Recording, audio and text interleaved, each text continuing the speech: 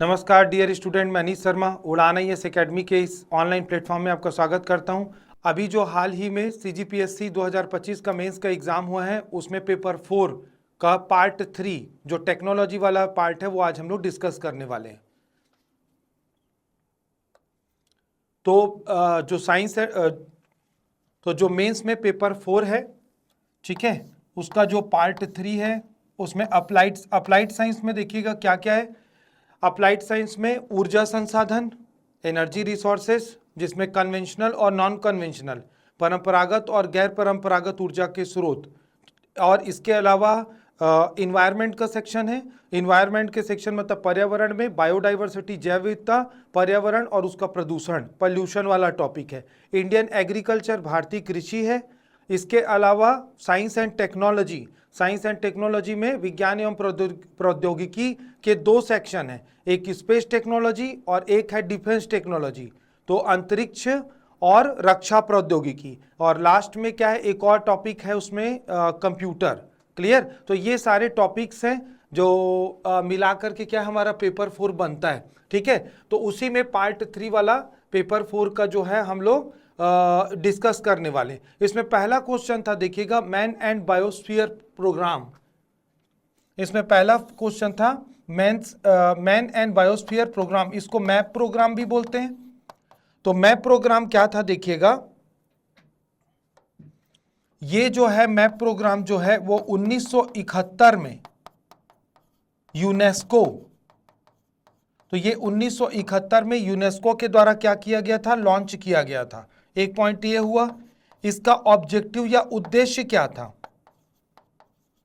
तो इसका ऑब्जेक्टिव या उद्देश्य क्या था, इन्वायरमेंट मतलब पर्यावरण, और क्या हो गया, मनुष्य। ये दोनों के बीच में क्या है, निर्भरता होती है। ठीक है, तो इन्वायरमेंट हो गया और मनुष्य हो गया, तो ये दोनों के बीच में जो संबंध है, तो ये संबंधों को क्या करना, सुधारना। ठीक है, क्योंकि हमारे मानवीय जनित क्रियाकलापों या ह्यूमन एक्टिविटीज के कारण क्या है, बहुत नुकसान हुआ है पर्यावरण को। तो इसका मुख्य उद्देश्य क्या था, पर्यावरण तथा मनुष्य के बीच में जो संबंध है उसको क्या करना, इंप्रूव करना, सुधारना। अब सुधारने के लिए क्या क्या प्रयास किए जाते हैं या क्या क्या चीजें इसमें होती हैं, तो इसके लिए प्रयास क्या किया गया। अब देखिएगा, जो मैप प्रोग्राम है उसी के अंतर्गत क्या है, बायोस्फीयर रिजर्व, बायोस्फीयर रिजर्व। ठीक है, इसी प्रोग्राम के तहत बायोस्फीयर रिजर्व या जैवमंडल आरक्षित क्षेत्र, ठीक है, तो जैवमंडल क्या है, आरक्षित क्षेत्र जो है उसका कंसेप्ट आता है। बायोस्फीयर रिजर्व या जैवमंडल आरक्षित क्षेत्र का क्या है, कंसेप्ट आता है। ठीक है, और जैवमंडल आरक्षित क्षेत्र जैसे भारत का पहला नीलगिरी और छत्तीसगढ़ में मुंगेली जिले में अचानक मार है, वो बायोस्फीयर रिजर्व है। तो ये क्यों बनाया जाता है, तो ये मैप प्रोग्राम के तहत बनाया गया, जिसमें क्या चीजें रहती हैं, तो इसमें क्या है, conservation of biodiversity. Conservation of biodiversity मतलब जैव विविधता का संरक्षण। ठीक है, और क्या हो जाएगा, पारिस्थितिकी तंत्र का संवर्धन। पारिस्थितिकी तंत्र मतलब इकोसिस्टम, तो पारिस्थितिकी तंत्र का संवर्धन। ठीक है, तो इनरिचमेंट ऑफ इकोसिस्टम।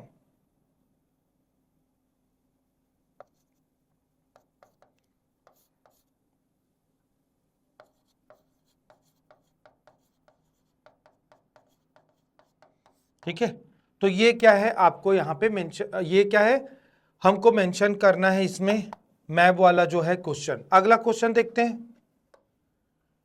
अगला क्वेश्चन है जैविक विविधता के प्रथम स्तर, first level of biological diversity के बारे में लिखिए। और ये जो क्वेश्चन था फर्स्ट लेवल ऑफ बायोडाइवर्सिटी, ये है 2 मार्क्स के लिए, तो 2 नंबरों के लिए था। तो इसको देखिएगा क्या है, तो ये क्या है, फर्स्ट लेवल क्या होता है बायोडाइवर्सिटी का, तो फर्स्ट लेवल या प्रथम स्तर में हम लोग क्या है, जेनेटिक, है ना, इसमें हम लोग क्या करते हैं,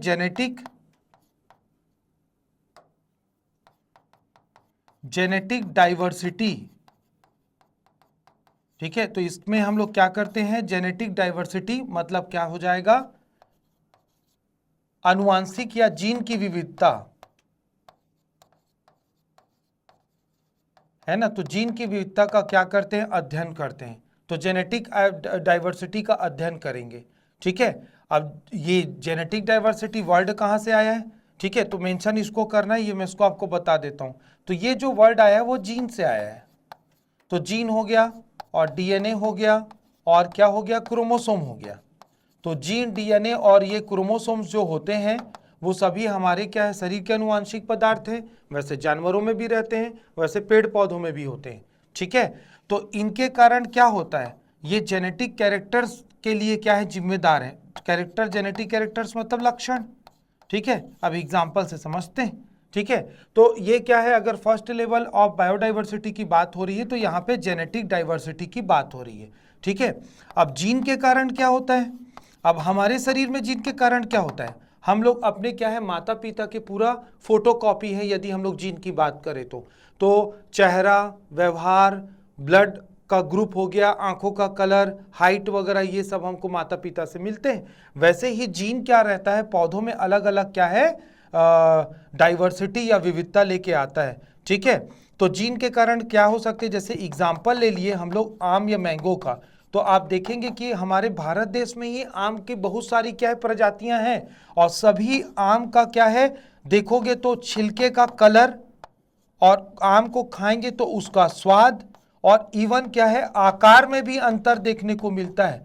तो यदि, और यहाँ पे बात हो रही केवल आम की, हम लोग अलग अलग स्पीसीज की बात नहीं कर रहे हैं, हम लोग अलग अलग क्या है, स्पीसीज की बात नहीं कर रहे हैं, ठीक है। तो आम में उसका कोई कलर है, आम का कोई स्वाद है, आम का कोई आकार है, ठीक है। वो सभी का सभी क्या है, वो जेनेटिक, उसके जीन के कारण ये प्रॉपर्टी आई है। तो जब इन चीजों का हम लोग क्या है, एक ही स्पीसीज के भीतर अध्ययन करते हैं तो उसको फर्स्ट लेवल ऑफ बायोडाइवर्सिटी कहा जाता है। तो फर्स्ट लेवल ऑफ बायोडाइवर्सिटी में पहली चीज हम लोग को क्या कंसीडर करना है, जीन को कंसीडर करना है। और दूसरा चीज को, दूसरा पॉइंट को क्या देखना है कि वो जीन क्या क्या कैरेक्टरिस्टिक्स या लक्षण लेके आता है, ठीक है। तो इसको हम लोग क्या है, ये दोनों पॉइंट को इसमें हमको मेंशन करना है, ये वाले क्वेश्चन के लिए। आगे बढ़ते हैं, नेक्स्ट क्वेश्चन देखते हैं। कीटनाशक या पेस्टिसाइड से जल में होने वाले क्या प्रभाव, मतलब क्या पूछा गया, देखिएगा यहाँ पे, पेस्टिसाइड से वाटर पोल्यूशन, जल प्रदूषण, क्योंकि वो प्रदूषण ही करेगा, अच्छा चीज तो है नहीं, ठीक है। तो प्रभाव को पूछा गया, इंपैक्ट क्या पड़ता है, ठीक है। तो इसको सीधे, और कितने मार्क्स का है, ये 2 नंबर्स का है, ठीक है। तो इसको क्या है, पेस्ट, अब देखिएगा ये पेस्टिसाइड वर्ड किससे बना है, पेस्ट से बना है, ठीक है। पेस्ट मतलब क्या हो गया, इसको हिंदी में पीड़क बोलते हैं, शुद्ध हिंदी में पीड़क। और इसका एग्जाम्पल क्या हो जाएगा, इंसेक्ट, इंसेक्ट मतलब कीट या कीड़ा, है ना, ठीक है। हालांकि इसको मेंशन नहीं करना है आपको, मैं समझाने के लिए बता रहा हूं, ठीक। तब आपको क्या है, आसानी से समझ में आएगा, तो उतने बेहतर तरीके से आप लिख पाओगे, ठीक। तो ये हो गया। अब क्या हो गया, कीट या इंसेक्ट रहता है, फॉर एग्जाम्पल धान में माहू का कीड़ा लगता है, दिवाली के समय आप देखना ट्यूबलाइट में पूरा चिपक जाता है। तो वो जो है बुरी तरीके से क्या, धान के फसल को क्या करता है, प्रभावित करता है। अब इसको मारने के लिए क्या किया जाए, हम लोग दवाइयों को यूज करते हैं, उसको पेस्टिसाइड बोलते हैं। लेकिन वो कुछ पेस्टिसाइड हैं वो बहुत ही क्या है, खतरनाक होते हैं, ठीक है, क्लियर।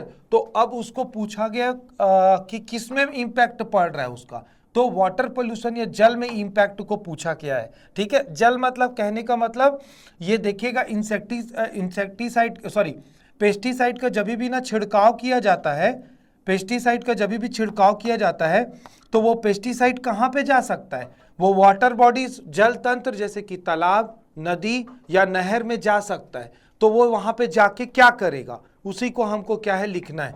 तो पहला क्या करेगा, पहला वो करेगा क्या है, जलीय जंतुओं को क्या है, क्षति, एक्वेटिक एनिमल की डेथ हो जाएगी इससे, ठीक है, क्योंकि ये तो खतरनाक रहता है, इसका जो हायर कंसंट्रेशन है। एग्जाम्पल जैसे कि क्या है, मछलियों की मृत्यु हो गई, मछलियों की मृत्यु हो गई, तो ये एक चीज हो गया। तो इससे क्या, एक्वेटिक एनिमल को क्या है, क्षति पहुंच सकती, तो ये एक क्या है, प्रॉब्लम आ सकता है, ठीक है।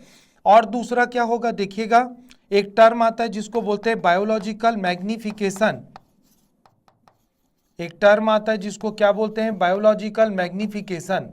हिंदी में बायोलॉजिकल मैग्निफिकेशन को क्या बोला जाता है, जैविक सांद्रण, हिंदी में बायोलॉजिकल मैग्निफिकेशन को क्या बोला जाता है? जैविक सांद्रण। तो जब कोई पदार्थ की मात्रा इतनी घातक हो जाए कि वो क्या है, किसी भी लिविंग ऑर्गेनिज्म या जीवित जंतु के मृत्यु का कारण बने, उसको बायोलॉजिकल मैग्निफिकेशन बोलते हैं। तो जब पेस्टिसाइड तालाब में, नदी या नहर में ज्यादा हो जाएगा तो इससे क्या हो जाएगा?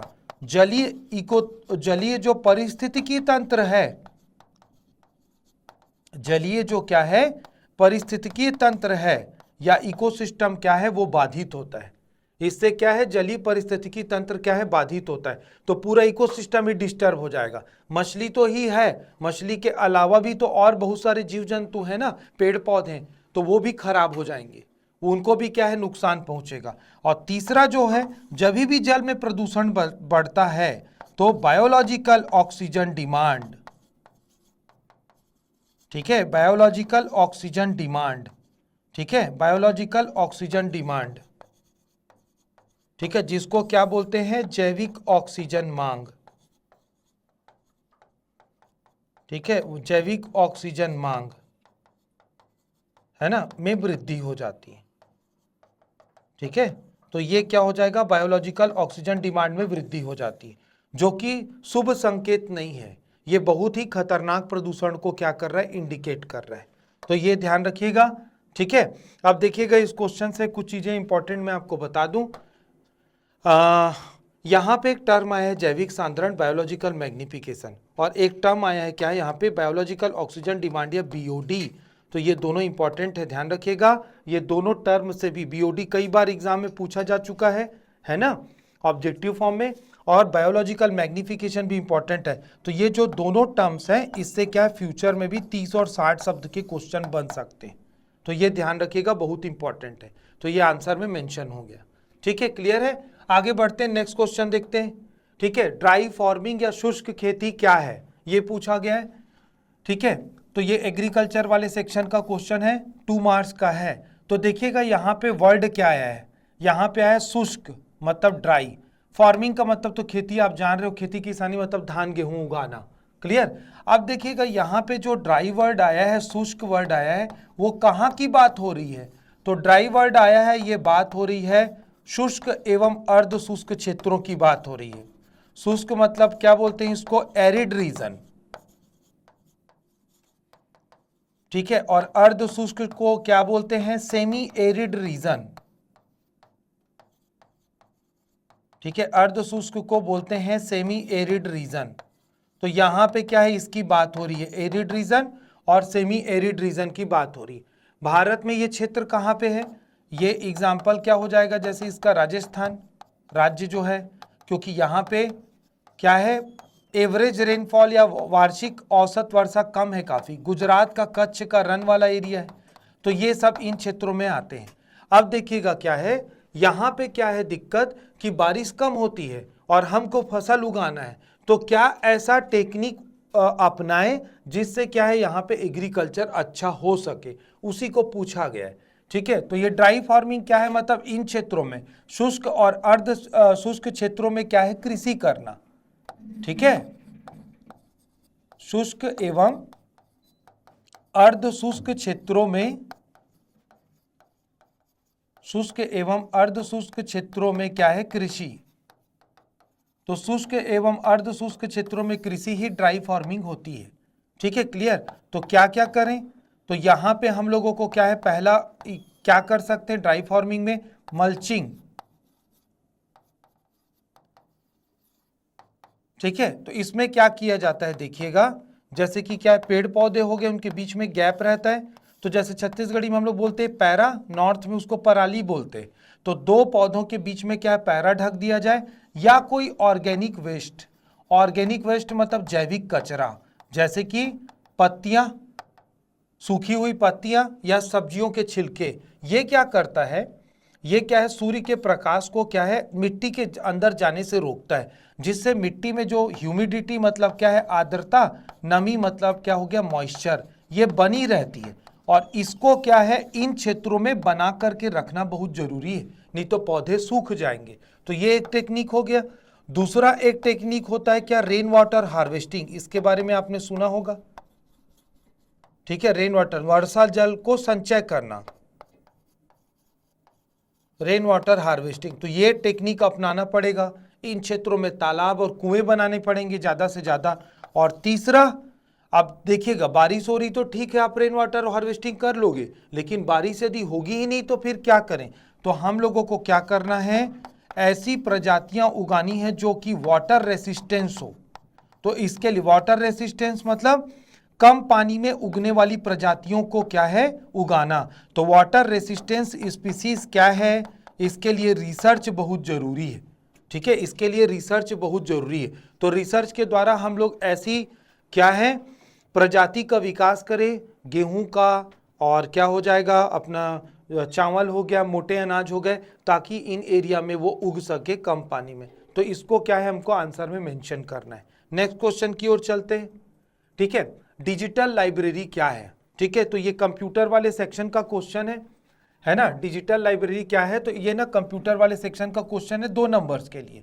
ठीक, तो लाइब्रेरी वर्ड आया है, लाइब्रेरी में क्या होती है, ढेर सारी बुक्स होती। डिजिटल लाइब्रेरी में क्या होगा, देखिएगा, डिजिटल लाइब्रेरी मतलब ये कंप्यूटर का क्वेश्चन है। तो अब आज देखिएगा टेक्नोलॉजी इतनी एडवांस हो चुकी है, हम लोग कहीं भी कभी भी बहुत सारे जो चीज़ें हैं, इवन जैसे आप पढ़ाई लिखाई कर रहे हैं तो उसका कंटेंट आप अवेलेबल है ढेर सारा। ठीक है, तो उसको हम लोग एक्सेस कर सकते हैं कहीं पे भी। ठीक है, तो वो उसी से रिलेटेड चीज़ें हैं। अब डिजिटल लाइब्रेरी में क्या रहता है, रिकॉर्डेड वीडियोज रहती हैं इसमें। ठीक है, डिजिटल लाइब्रेरी में क्या रहता है, रिकॉर्डेड ऑडियोज होते हैं। ठीक है, और क्या हो जाएगा, रिकॉर्डेड ऑडियो हो गए, और इसमें क्या पिक्चर है, बहुत सारे चित्र वगैरह हैं। इवन क्या है, बहुत सारी बुक्स भी हो सकती हैं, जिसको क्या है, ई बुक बोलते हैं। जैसे हम लोग नोट्स वगैरह का पीडीएफ को ढेर सारा रखे रहते हैं वैसे ही। तो ये सब क्या है, डिजिटल लाइब्रेरी है। अब देखिएगा, डिजिटल लाइब्रेरी का एग्जाम्पल क्या हो जाएगा, गूगल बुक्स। तो गूगल ने क्या किया है, जिन्होंने बुक पब्लिश किया है उसके साथ कॉपीराइट वो सब अपना उसको लीगलाइज करके उन चीज़ों को एक जगह क्या प्लेटफॉर्म प्रोवाइड करता है ये गूगल। तो इसमें ढेर सारा बुक एक ही प्लेटफॉर्म में, जैसे कुकू, जिसमें हम लोग क्या है, ऑडियो, बहुत सारी ऑडियो एक लाइब्रेरी है जिसमें हम लोग बहुत सारी कहानियां तरह तरह की हैं वो सुन सकते हैं। तो वो सब इसके एग्जाम्पल हो जाएंगे। ठीक है, नेक्स्ट क्वेश्चन की ओर चलते हैं। क्लाउड कंप्यूटिंग क्या है? ठीक है, ये देखते हैं। देखिए, क्लाउड कंप्यूटिंग क्या है ये देखते हैं। अब क्लाउड कंप्यूटिंग क्या है, देखिएगा, ये कंप्यूटर सर्विस है, एक प्रकार का क्या है, कंप्यूटर सर्विस है। और जब भी हम लोग कंप्यूटर से भी कोई भी काम करते हैं, है ना, तो उसके लिए क्या है, कुछ चीज़ों की ज़रूरत रहती। तो क्लाउड कंप्यूटिंग में क्या है, हम लोगों को ना क्या क्या चीज़ों की ज़रूरत पड़ेगी, हम लोगों को क्या है, इंटरनेट की ज़रूरत पड़ेगी। यही सब क्लाउड कंप्यूटिंग के क्या है, मतलब कंपोनेंट है। इंटरनेट हो गया, और क्या ज़रूरत पड़ेगा हम लोग को, इंटरनेट के नेटवर्किंग की ज़रूरत पड़ती है, डेटाबेस की ज़रूरत पड़ती है। ठीक है, तो इसकी ज़रूरत पड़ेगी। इसके अलावा हम लोग को सॉफ्टवेयर की ज़रूरत पड़ती है। ठीक है, जैसे आप सॉफ्टवेयर का एग्जांपल बताओ, सॉफ्टवेयर का एग्जांपल में जैसे मैं आपको बताऊं, एप्लीकेशन सॉफ्टवेयर मान लीजिए। तो एप्लीकेशन जो सॉफ्टवेयर है उसका आज के डेट में सबसे पॉपुलर क्या है, व्हाट्सएप। तो व्हाट्सएप एक एप्लीकेशन सॉफ्टवेयर है, ये यूज़ कर रहे हैं हम लोग। अब उसको यूज़ करोगे तो आपको इंटरनेट का कनेक्शन तो चाहिए ही। ठीक है, अब इंटरनेट का कनेक्शन कौन दे रहा है आपको, कोई सर्विस प्रोवाइडर होगा पक्का। सर्विस प्रोवाइडर मतलब जिसका सिम लिए हो आप, जियो का, एयरटेल का, जिसका भी, तो वो भी इसका हिस्सा हो गया क्लाउड कंप्यूटिंग का। तो क्लाउड कंप्यूटिंग के क्या हो गए कंपोनेंट, क्या क्या हो गए, सर्विस प्रोवाइडर होता है, सॉफ्टवेयर, डेटाबेस, नेटवर्किंग, इंटरनेट। ठीक है, और इसके अलावा आज की डेट में एआई या आर्टिफिशियल इंटेलिजेंस, ये सारी चीज़ें क्लाउड कंप्यूटिंग में आती हैं। ठीक है, अब इसका एग्जाम्पल क्या हो जाएगा, इसका एग्जाम्पल हो जाएगा जैसे क्या है, ईमेल। तो ईमेल का सबसे बहुत पॉपुलर है जीमेल, आप लोग का अकाउंट भी होगा मेल वगैरह अगर यूज़ करते होगे तो। इसके बाद देखिएगा, आजकल बहुत सारे ऑफिसेस में मीटिंग होती है, तो वो जो ऑनलाइन मीटिंग्स होती हैं, ठीक है, जो ऑनलाइन मीटिंग्स होती हैं जैसे जूम के थ्रू होता है, तो जूम डाउनलोड किए तो ऑनलाइन मीटिंग अटेंड कर सकते हैं हम लोग। तो ये एक चीज हो गई।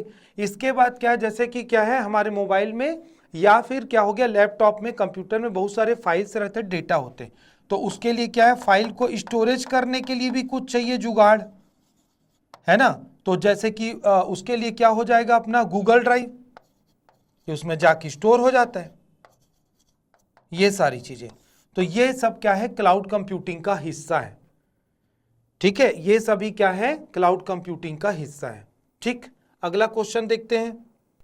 आगे बढ़ने से पहले मैं आपको बहुत इंपॉर्टेंट इंफॉर्मेशन देना चाह रहा हूं। उड़ान IAS एकेडमी के द्वारा राज्य स्तरीय CGPSC प्री के लिए टेस्ट सीरीज ऑर्गेनाइज किया जा रहा है अभ्यास 2025 के नाम से। तो ये क्या है बहुत ही रीजनेबल रेट में है, और सबसे इंपॉर्टेंट चीज क्या है आप लोगों की सुविधा को ध्यान में रखते हुए ये 2 शिफ्ट में ऑर्गेनाइज होगा। तो मॉर्निंग का है शिफ्ट और इवनिंग का है, तो जो भी आपको जैसा भी बने उस हिसाब से आप ज्वाइन कर सकते हैं। और इसके अलावा आपको ज्वाइन करना है, अलग अलग हमारे सेंटर्स हैं स्टेट में, और वहाँ के जो ऑफिस के दिए हुए नंबर स्क्रीन में हैं वहाँ से कांटेक्ट करके आप टेस्ट सीरीज ज्वाइन कर सकते हैं। और टेस्ट सीरीज को ज्वाइन करने के बाद क्या है आप अपनी तैयारी को बहुत बेहतर बना सकते हैं। तो टेस्ट सीरीज बहुत ही मैंडेटरी है, याद रखिएगा, बहुत ज़रूरत है, अगर आप ज़रूरी है यदि आप क्या है CGPSC में सीरियस हो सिलेक्शन को लेके, तो ये आप लोगों की सुविधा के लिए क्या है ऑनलाइन और ऑफलाइन दोनों क्या है टेस्ट सुविधा ऑर्गेनाइज होगी। आगे देखते हैं, अगला क्वेश्चन है यहाँ पे, अगला क्वेश्चन है यहाँ पे बिग डेटा। तो बिग डेटा जो है वो भी कंप्यूटर से रिलेटेड एक क्वेश्चन है, ठीक है। तो बिग डेटा देखिएगा क्या है यहाँ पे, बिग डेटा मतलब क्या होता है बहुत अधिक अमाउंट में, बहुत अधिक क्या है अमाउंट में, क्या है अमाउंट मतलब वॉल्यूम में, बहुत अधिक मात्रा में डेटा। तो बहुत अधिक मात्रा में डेटा कहाँ पे और क्यों जरूरत पड़ती होगी, ठीक है, तो ये इसका मतलब हुआ। देखिएगा बहुत ज़्यादा जो अमाउंट में डेटा की जरूरत पड़ती, फॉर एग्जांपल लेंगे जैसे नासा, तो नासा बहुत ही क्या है हाई लेवल के क्या करता है रिसर्च करता है, और एक बहुत बड़ा क्या है ऑर्गेनाइजेशन है। तो वहाँ पे सुपर कंप्यूटर्स लगे हुए हैं, है ना कई, और ऐसे नॉर्मल कंप्यूटर है, तो वहाँ पे बहुत ज़्यादा डेटा का क्या है ज़रूरत पड़ता है, ठीक है, कंप्यूटर में भी और नेट के थ्रू भी यूज़ करने के लिए। तो वहाँ पे बिग डेटा यूज़ होता है। इंडिया में इसरो है, इसरो सैटेलाइट लॉन्च करता है, उसके लिए भी बहुत ज़्यादा डेटा की ज़रूरत पड़ती है। और इसका एक और एग्जाम्पल देख ले जैसे कि फेसबुक, ठीक है। अब आप सोचिए फेसबुक में मायाजाल ही लगता है, लिटरली अगर आप उसमें डूबोगे थोड़ा सोचोगे तो आप इतने लोगों के साथ फेसबुक में जुड़े हैं, पूरी दुनिया में पता नहीं कितने लोग इसमें फेसबुक में जुड़े हैं, और एक ही समय में हजारों लोग बहुत सारा वीडियो पिक्चर्स और अपने थॉट क्या है शेयर करते जा रहे हैं। तो आप सोचिए उसको एक्सेस करने के लिए बिना हैंग हुए बिना रुकावट के चलाने के लिए कितने ज़्यादा डेटा की जरूरत पड़ती होगी, वही बिग डेटा है, ठीक है। और बिग डेटा के क्या है विशेषताएं क्या क्या रहती हैं वो देख लेते हैं। तो बिग डेटा की क्या क्या विशेषताएं हैं, है ना।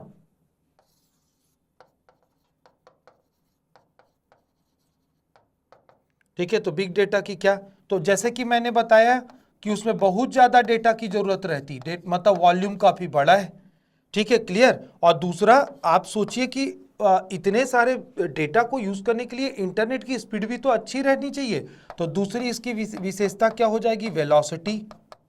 वेलोसिटी मतलब क्या है इंटरनेट की स्पीड की बात हो रही है, ठीक है। इसके बाद यहाँ पे क्या है वैरायटी, वैरायटी मतलब कोई इसमें भी बहुत सारी वैरायटी है, बिग डेटा में भी अलग अलग प्रकार का रहता है ये। और इसके बाद क्या हो जाएगा वैल्यू,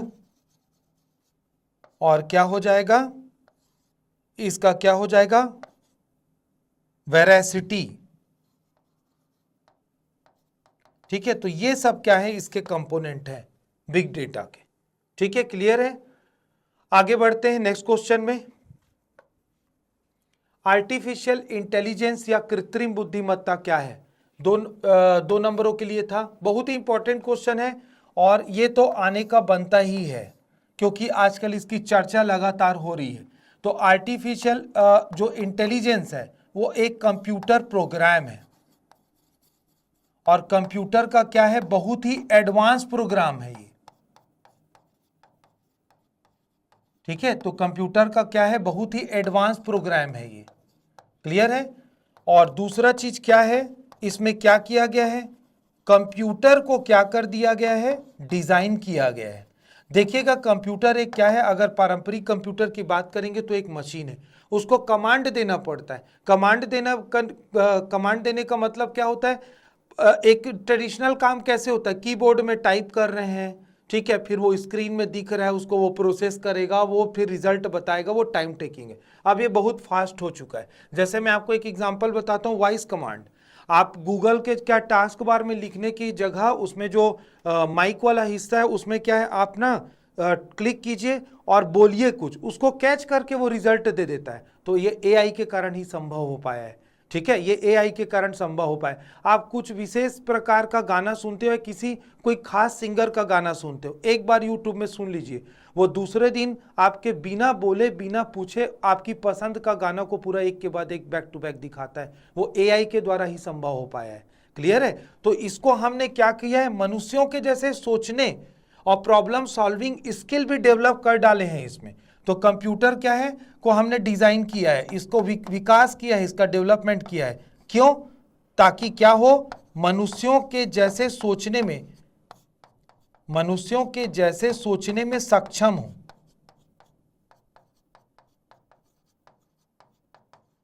ठीक है। तो पहला क्या है, ये मनुष्यों के जैसे क्या है, सोचने में सक्षम हो, इसके लिए इसको हमने डिजाइन किया है। और दूसरा हमने इसको क्यों डिजाइन किया है, थिंकिंग एबिलिटी, मतलब सोचने के लिए। दूसरा क्या, समस्या समाधान। समस्या समाधान मतलब क्या है, प्रॉब्लम सॉल्विंग स्किल, ये भी डेवलप कर दिया है। और एक चीज और एडवांस हो गया है, लैंग्वेज प्रोसेसिंग। लैंग्वेज प्रोसेसिंग का मतलब है भाषा प्रसंस्करण, ठीक है। हमारा लैंग्वेज को जो हिंदी इंग्लिश या छत्तीसगढ़ी में बात करते हैं उसको कंप्यूटर थोड़ी ना समझता है, उसका तो बाइनरी लैंग्वेज रहता है, मशीन लैंग्वेज रहता है। तो हमने उसको एडवांसमेंट किया है उस लेवल तक ताकि वो हमारा भी लैंग्वेज को समझे, ठीक है, क्लियर है। तो यही वॉइस कमांड है, क्लियर। तो ये ध्यान रखिएगा, ये क्या आर्टिफिशियल इंटेलिजेंस, चूंकि क्या इसमें तो लिखने के लिए बहुत कुछ है, आप भी जान रहे हैं, बट क्या है ये ना 2 नंबर्स का था, तो इतने चीजों को इंपॉर्टेंट आप क्या मेंशन क्या है करेंगे। आगे बढ़ते हैं, अगला क्वेश्चन है internet of things. Internet of things computer से रिलेटेड क्वेश्चन है, ये 4 नंबर के लिए है ये। तो इंटरनेट ऑफ थिंग्स IoT, देखिएगा ये क्या है, इसमें हम लोग क्या करते हैं, कंप्यूटर नेटवर्क,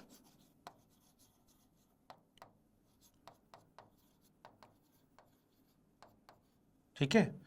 और कंप्यूटर नेटवर्क मतलब इंटरनेट तो रहेगा ही,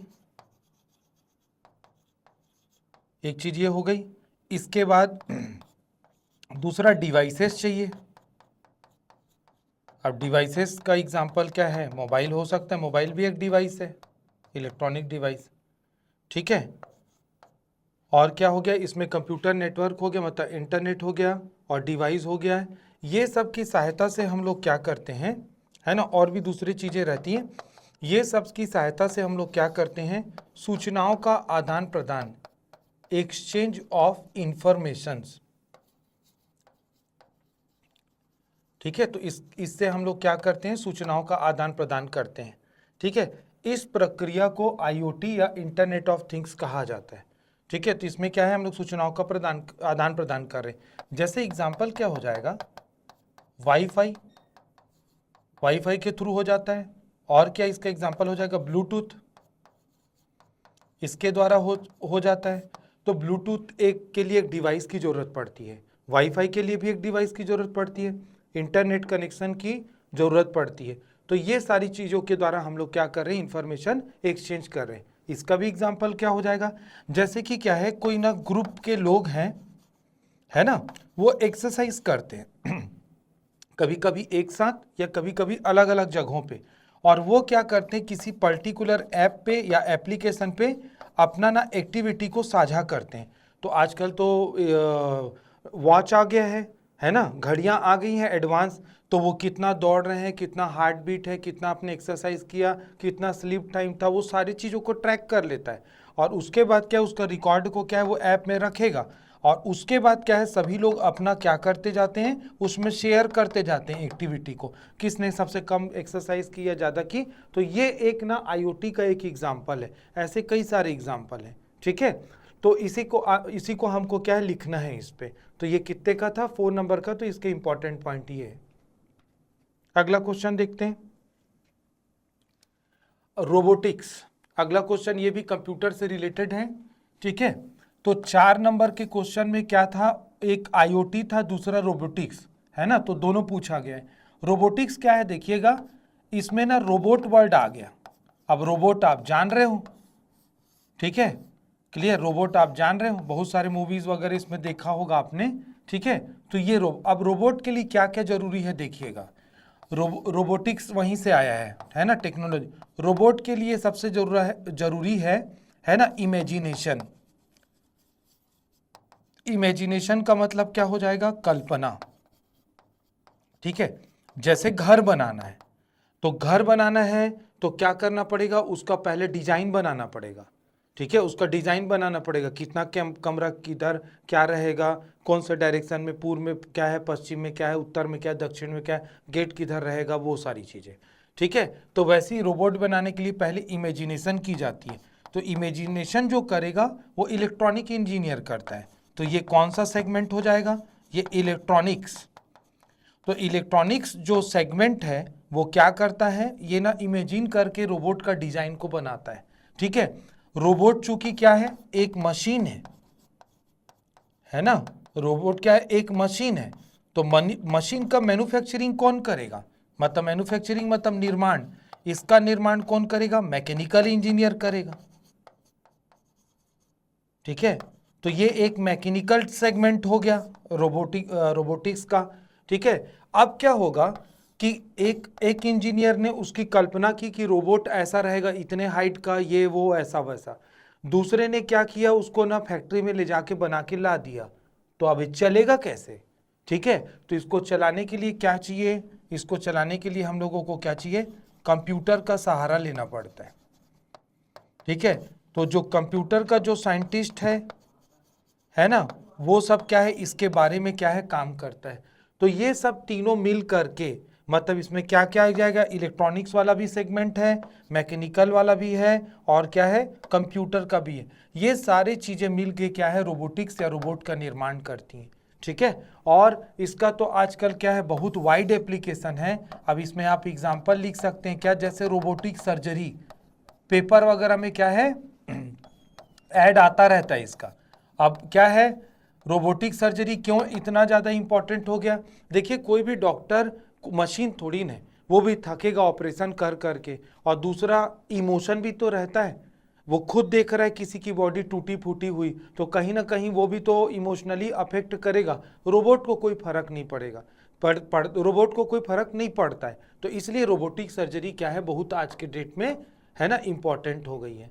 तो ये क्या है, रोबोटिक्स, ये कंप्यूटर वाला सेगमेंट का क्वेश्चन था, ठीक है। अगला क्वेश्चन देखते हैं क्या है, ये ऊर्जा संसाधन का क्वेश्चन है ना।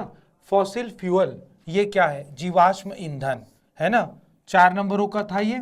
जीवाश्म ईंधन देखिएगा क्या था, एक समय था जुरासिक, जो जुरासिक पार्क के डायनासोर की मूवी भी आई है।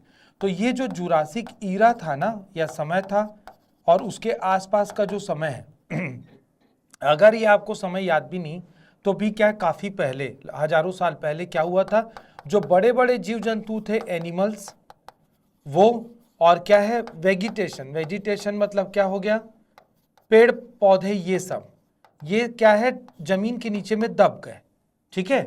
और दबने, डायनासोर की विलुप्ति का कारण अभी भी नहीं पता, है ना, लेकिन ये पता है कि अचानक ढेर सारे डायनासोर ना दब गए थे जमीन के किनारे, जमीन के नीचे, सॉरी, है ना।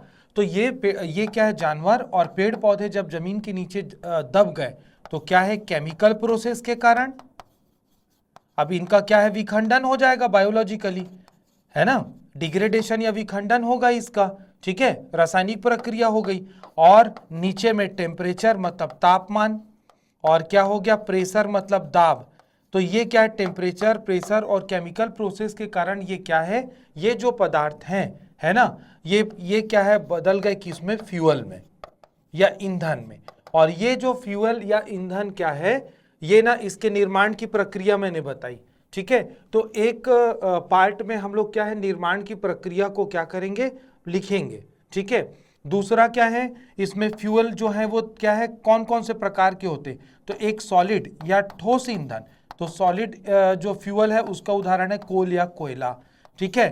इसके बाद लिक्विड या द्रव ईंधन, तो द्रव ईंधन का एग्जाम्पल होता है क्रूड ऑयल, कच्चा तेल बोलते हैं, और क्रूड ऑयल से ही क्या है हम लोग पेट्रोल और क्या हो जाएगा, डीजल, ये सब को क्या करते हैं, बनाते हैं। और एक होता है क्या है, गैस ईंधन, और गैस ईंधन को ही क्या बोलते हैं, नेचुरल गैस। और नेचुरल गैस का एग्जाम्पल क्या हो जाएगा, एलपीजी, लिक्विफाइड पेट्रोलियम गैस, जो घर में हम लोग लाल कलर का सिलेंडर रहता है वो हो गया। और इसके अलावा क्या हो जाएगा, सीएनजी, कंप्रेस्ड नेचुरल गैस, ठीक है।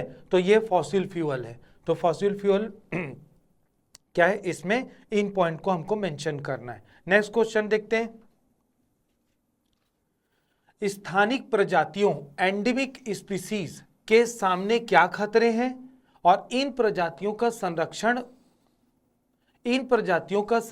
क्यों आवश्यक है। क्या पूछा गया कि स्थानिक प्रजातियों के सामने क्या खतरे हैं, स्थानिक मतलब एंडेमिक, इसको समझेंगे अभी क्या होता है, और इन प्रजातियों का संरक्षण या कंजर्वेशन क्यों जरूरी होता है, ठीक है। तो दो पार्ट हैं। तो सबसे पहले हम लोग देखें कि एंडेमिक स्पीसीज क्या होता है, स्थानिक प्रजाति। तो एंडेमिक स्पीसीज क्या है ना, ऐसी प्रजातियां जो पर्टिकुलर किसी जगह में ही, जैसे अगर पेड़ पौधों की बात करेंगे तो वो प्रजातियां क्या होंगी, पर्टिकुलर किसी जगह में ही उगेगी, ठीक है। जैसे कि धान छत्तीसगढ़ में बहुत अच्छा होता है इसका प्रोडक्शन, कारण यहाँ का जो मौसम है, यहाँ की मिट्टी है, उसके लिए क्या है, अनुकूल है। धान कभी भी लद्दाख में नहीं उगने वाला, ठीक है। एक पांडा एनिमल होता है, वो अल्पाइन जो फॉरेस्ट है, मतलब हिमालय के जंगलों में पाया जाता है, वो छत्तीसगढ़ में नहीं रह सकता क्योंकि यहाँ की जलवायु वैसी नहीं। तो एंडेमिक स्पीसीज क्या होते हैं, जो किसी पर्टिकुलर क्या है, क्लाइमेट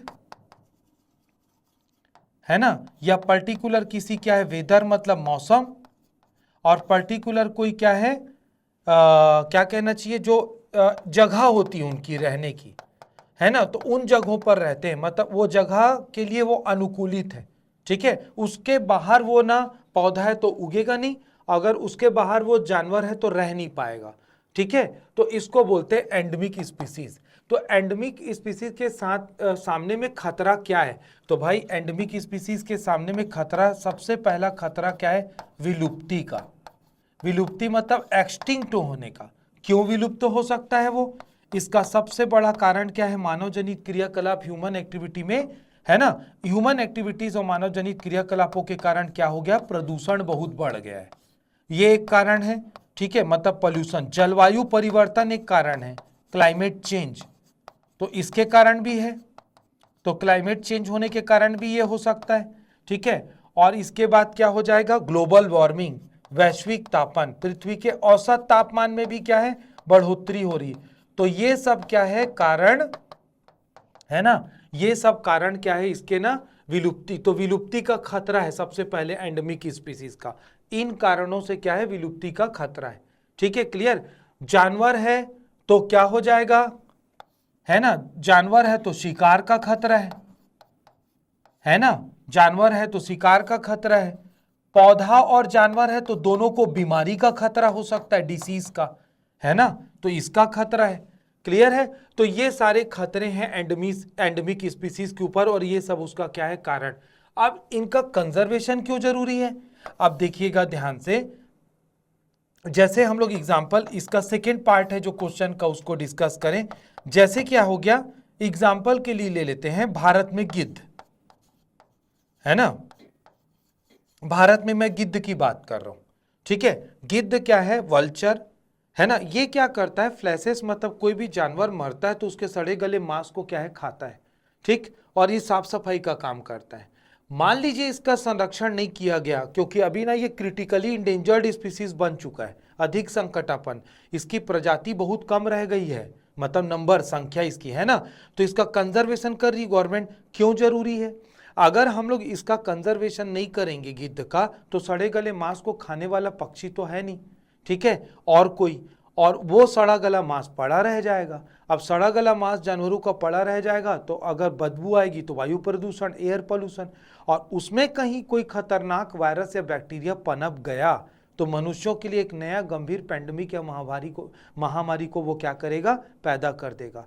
दूसरा, पानी के कांटेक्ट में आएगा तो वाटर पोल्यूशन, जल प्रदूषण, मिट्टी में पड़ा रह गया तो सॉइल पोल्यूशन, तो चौतरफा खतरा है। इसीलिए क्या है, कोई भी एंडेमिक स्पीसीज को बचाना बहुत जरूरी है। और क्यों बचाने के लिए जरूरी है? दूसरा बड़ा कारण, क्योंकि उसको आप कहीं और नहीं ले जा सकते, क्योंकि दूसरे जगह में वो क्या नहीं रहने वाला, ठीक है, क्योंकि वो उसी पर्टिकुलर एरिया में, उसी क्लाइमेट में, उसी मौसम में, जलवायु में रहने के लिए अनुकूलित हो चुका है। तो ये दोनों को हमको मेंशन करना है, दोनों चीजों। अगला क्वेश्चन देखते हैं। आगे बढ़ने से पहले मैं आप लोगों के सामने बहुत इंपॉर्टेंट इंफॉर्मेशन शेयर करना चाहता हूं। देखिएगा, आबकारी आरक्षक भर्ती परीक्षा के लिए क्या है, मैराथन क्लासेस चल रही हैं उड़ान IAS एकेडमी के द्वारा, ठीक है। तो 15 जुलाई से ये चालू हुआ था छत्तीसगढ़ के सब्जेक्ट के साथ, और इसके बाद क्या है, ज्योग्राफी और पॉलिटी, साइंस, जनरल साइंस और हिस्ट्री, तो इसकी क्लासेस होंगी 15 जुलाई से लेकर 19 जुलाई तक। तो ये क्लासेस को आप जरूर अटेंड कीजिए, तो ये आपके प्रिपरेशन में बहुत इंपॉर्टेंट क्या रोल प्ले करने वाला है। आगे बढ़ते हैं। अगला जो क्वेश्चन है, मरुस्थलीकरण, डेजर्टिफिकेशन को परिभाषित करें और इसके प्रमुख कारण, है ना, किसके कारण क्या है मरुस्थलीकरण हो रहा है, और इसको हम लोग कंट्रोल कैसे कर सकते हैं, इसका उल्लेख करना है। और ये क्या है, 4 नंबर का है, ठीक है, क्लियर है, ये क्या है, 4 नंबर का है। तो इस क्वेश्चन के 3 सेगमेंट है, क्वेश्चन को बड़े ध्यान से पढ़ेंगे। पहला डेफिनेशन, फिर दूसरा क्या है कारण, और तीसरा क्या है प्रभाव, और क्या हो गया चौथा नियंत्रण। ये 4 अलग अलग पार्ट में पूछ दिया गया है, ठीक है, क्लियर।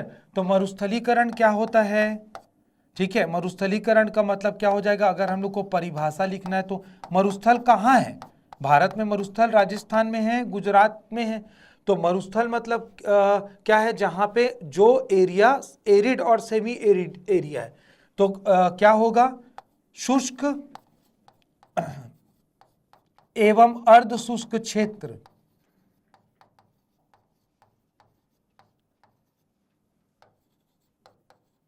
जहां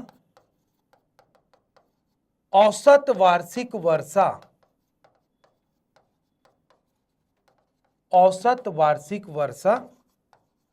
अत्यंत कम है,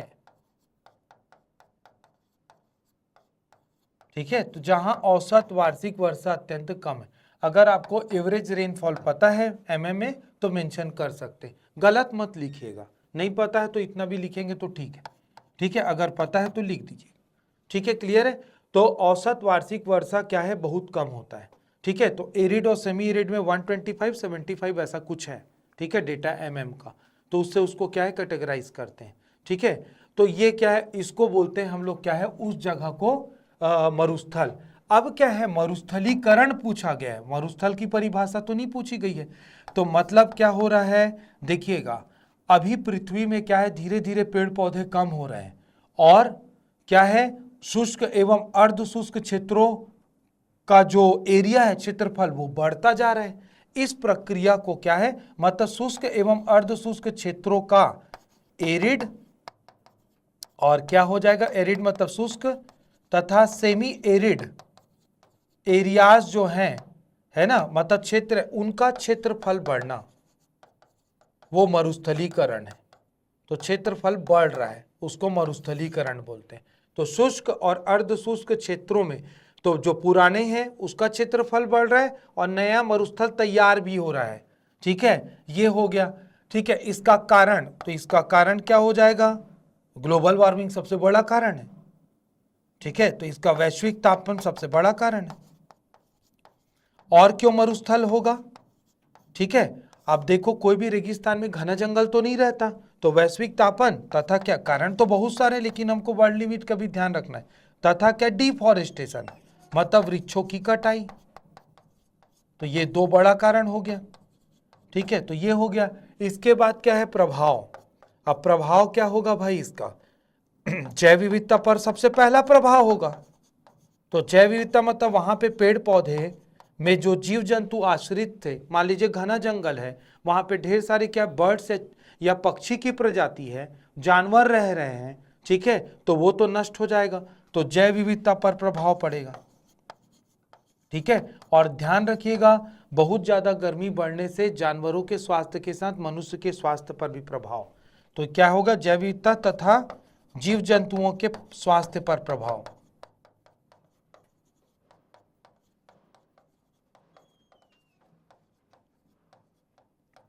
भूमिगत जल कम हो जाता है मरुस्थल में, तो अंडरग्राउंड वाटर है वो कम रहेगा, तो भूमिगत जल का स्तर भी क्या हो जाएगा, कम हो जाएगा। तो ये इसका क्या हो जाएगा, है ना, प्रभाव। तो ये पहला पॉइंट था, इसमें क्या है, परिभाषा, दूसरा कारण, तीसरा क्या हो जाएगा, इसका प्रभाव हो गया, ठीक है। इसके बाद नियंत्रण।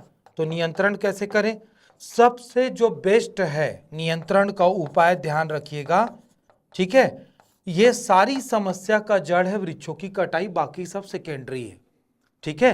तो डिफॉरेस्टेशन ही इसका ना सबसे मेन रीजन है। तो रिफॉरेस्टेशन, ठीक है, रिफॉरेस्टेशन का मतलब हुआ वृक्षों को फिर से लगाना, अधिक से अधिक, यही एकमात्र उपाय है, बाकी सब सेकेंडरी है, ठीक है। तो क्या है, इंटेंस प्लांटेशन मतलब गहन वृक्षारोपण बहुत जरूरी है। तो गहन वृक्षारोपण, तो ये आपको क्या है, इस क्वेश्चन के 4 सेगमेंट थे, तो चारों सेगमेंट को हमको क्या है, ऐसे लिखना है। आगे बढ़ते हैं, ठीक है। अगला जो क्वेश्चन है वो पूछा गया है फसलों का वाणिज्यिक, है ना, कमर्शियल क्लासिफिकेशन के बारे में लिखना है, ठीक है। फसलों का क्या है, वाणिज्यिक क्या है, वर्गीकरण के बारे में लिखना है इसमें, कमर्शियल क्लासिफिकेशन। अब देखिएगा क्या है, तो इसको डायरेक्ट लिख लेंगे ऐसा, है ना। पहला क्या हो जाएगा, जैसे कि फूड ग्रेन, फूड ग्रेन का मतलब होता है खाद्यान्न, तो ये पहला कैटेगरी हो गया। खाद्यान्न में क्या क्या आ गया, प्रमुख खाद्यान्न जो भारत में है, चावल और गेहूं, राइस और व्हीट, ठीक है। तो खाद्यान्न क्या होते हैं, जो डेली लाइफ में हम लोग क्या है ना, यूज करते रहते जिन चीजों को, ठीक है। तो मुख्य आहार, खाद्यान्न मतलब क्या हो गया, मुख्य आहार, तो मुख्य आहार क्या हो गया, खाद्यान्न हो गया, ठीक है। दूसरा क्या होता है, जायद फसलें, दूसरा क्या है, जायद फसलें, ठीक है। तो जायद फसलों में क्या आ जाएगा, कैश क्रॉप बोलते हैं, तो जायद फसलों में क्या आ जाता है, कपास, कपास मतलब कॉटन, और इसमें क्या आ जाएगा, शुगर कैन, शुगर कैन मतलब गन्ना, ठीक है। तो ये जायद फसलें हैं। जायद फसलों में क्या आ जाता है, तरबूज और खरबूज भी आता है, ठीक है। तो ये क्या है, इसको जायद फसलें वो होती हैं जिनको ना किसान बेच करके तुरंत पैसा कमा लेता है, तो वो हो गई कैश क्रॉप। इसके बाद क्या है, अपना फाइबर क्रॉप, रेशेदार पौधे या रेशेदार फसलें, ठीक है, फाइबर क्रॉप। तो फाइबर क्रॉप में क्या आ जाएगा, जूट आता है, तो जूट क्या है, कपड़े वगैरह बनाने के काम आता है और बैग वगैरह बनाने के काम आता है। कपास आ गया, तो कपास क्या हो जाएगा, कपास मतलब कॉटन, तो कॉटन के क्या है, कॉटन का सबसे मेन यूज टेक्सटाइल इंडस्ट्रीज में है, तो इससे क्या है, कपड़े बनते हैं कॉटन के, ठीक है। तो ये रेशेदार फसल हो गए। इसके बाद क्या हो गए, सब्जियां, तो हम लोग सीजनल सब्जियों को क्या है, अलग से उगाते हैं, ठीक है, खाने के लिए, तो ये भी एक क्या हो गया, क्लासिफिकेशन हो गया, ठीक है, ये भी एक क्लासिफिकेशन हो गया। इसके बाद होता है ऑयल सीड या तिलहन, ठीक है, ऑयल सीड या तिलहन। तो ऑयल सीड या तिलहन मतलब जिससे तेल निकलता है, तो तेल निकलने वाले क्या हो जाएंगी, फसलें, मूंगफली, है ना, पीनट्स, अलसी, ठीक है। तो ये सब चीजें क्या है, जिनसे क्या है, हम लोग क्या है, तेल निकालते हैं। तो ये क्या हुआ, इसका कमर्शियल क्लासिफिकेशन हुआ किसका, क्रॉप्स का, ठीक है। आगे बढ़ते हैं, अगला क्वेश्चन है, भारत में एआई कृत्रिम बुद्धिमत्ता आर्टिफिशियल इंटेलिजेंस कृषि विकास, एग्रीकल्चर डेवलपमेंट और तथा पर्यावरण प्रबंधन इन्वायरमेंट मैनेजमेंट में कैसे योगदान दे सकता है। तो ये जो क्वेश्चन था 8 मार्क्स के लिए है, ठीक है। इस क्वेश्चन में 2 सेक्शन हो गए। इसमें क्या है, एआई का एप्लीकेशन पूछा जा रहा है, एक तो एग्रीकल्चर के डेवलपमेंट में और दूसरा इन्वायरमेंट के को मैनेज करने में, ठीक है। तो यहाँ पे 2 चीजें हैं जिसको ध्यान रखना है। तो आर्टिफिशियल इंटेलिजेंस का एप्लीकेशन पूछा जा रहा है एग्रीकल्चर फील्ड में, मतलब कृषि, और दूसरा क्या है, इन्वायरमेंट। तो इसको ध्यान रखना है, ठीक है, इसको ध्यान रखना है। तो देखिएगा, सबसे पहले हम लोग क्या करें, एग्रीकल्चर फील्ड में क्या है, एआई का क्या क्या यूटिलाइजेशन होता है वो देख लेते हैं। तो पहले एग्रीकल्चर फील्ड का देख लेते हैं, ठीक है। तो कृषि के क्षेत्र में, ठीक है। तो इसमें पहला जो पॉइंट हो जाएगा है ना, डेटा मैनेजर। तो जो क्या है, एआई या आर्टिफिशियल इंटेलिजेंट डेटा को मैनेज करता है। कैसे डेटा को मैनेज करता है, जो भी सैटेलाइट है जो हमने क्या है भेजे हैं, है ना, अंतरिक्ष में, उसमें से सैटेलाइट क्या होते हैं, अलग अलग क्या है, हम लोग पर्पस से भेजते हैं। उसमें से कुछ जो है वो क्या है कि मौसम की जानकारी के लिए भेजे गए हैं। तो कुछ सैटेलाइट जो कि मौसम की जानकारी के लिए या क्लाइमेट के बारे में जानने के लिए या वेदर के बारे में जानने के लिए भेजे गए हैं। तो उन सैटेलाइट का वो डेटा को क्या करता है, एनालाइज करता है। और डेटा को क्या करेगा, जब एनालाइज करेगा तो हम लोगों को क्या हो जाएगा, मौसम का जो पूर्वानुमान, वैसे काफी पहले से मौसम का पूर्वानुमान हमको पता लग रहा है, लेकिन अब वो पूर्वानुमान ज्यादा एक्यूरेट या सटीक पता लगता है। और ज्यादा एक्यूरेट होगा तो कब बारिश होगी, कितनी बारिश होगी, कब बारिश नहीं होगी, ये सब की जब हमको एक्यूरेट जानकारी मिलती है तो उसका हम लोग उपयोग करते हैं किसमें, एग्रीकल्चर सेक्टर में। जैसे समझिएगा, पहले क्या होता था कि अमूमन ये मानते थे कि जून के दूसरे हफ्ते में क्या हो जाएगी, मानसून आता है। तो अंदाजे में लोग क्या है, बीज को फेंक दिए हैं खेत में, उगा नहीं होगा। अब तो हमको क्या, मोबाइल की सहायता से पता ही लग जाएगा कि कब बारिश होने वाली है, डेली का वेदर फोरकास्ट पता लग जाता है। तो अब क्या है, हम लोग क्या ये सोच समझ के ही क्या है एग्रीकल्चर का काम चालू करेंगे। तो इसमें बहुत बड़ा क्या है, हेल्प मिल रहा है हमको। तो ये एक पॉइंट हो जाएगा, ठीक है। दूसरा पॉइंट देखते हैं, फॉर्म वाइब एआई, ठीक है। फॉर्म वाइब जो एआई है वो क्या कर रहा है, ये क्या करता है, जो ये सॉइल हेल्थ का पता लगाता है। सॉइल हेल्थ का मतलब होता है मृदा स्वास्थ्य। तो सॉइल हेल्थ मतलब मृदा स्वास्थ्य में क्या क्या जाएगा, मृदा स्वास्थ्य में आ जाएगा क्या है, मिट्टी का पीएच, ठीक है, उसकी फर्टिलिटी मतलब उर्वरता, है ना।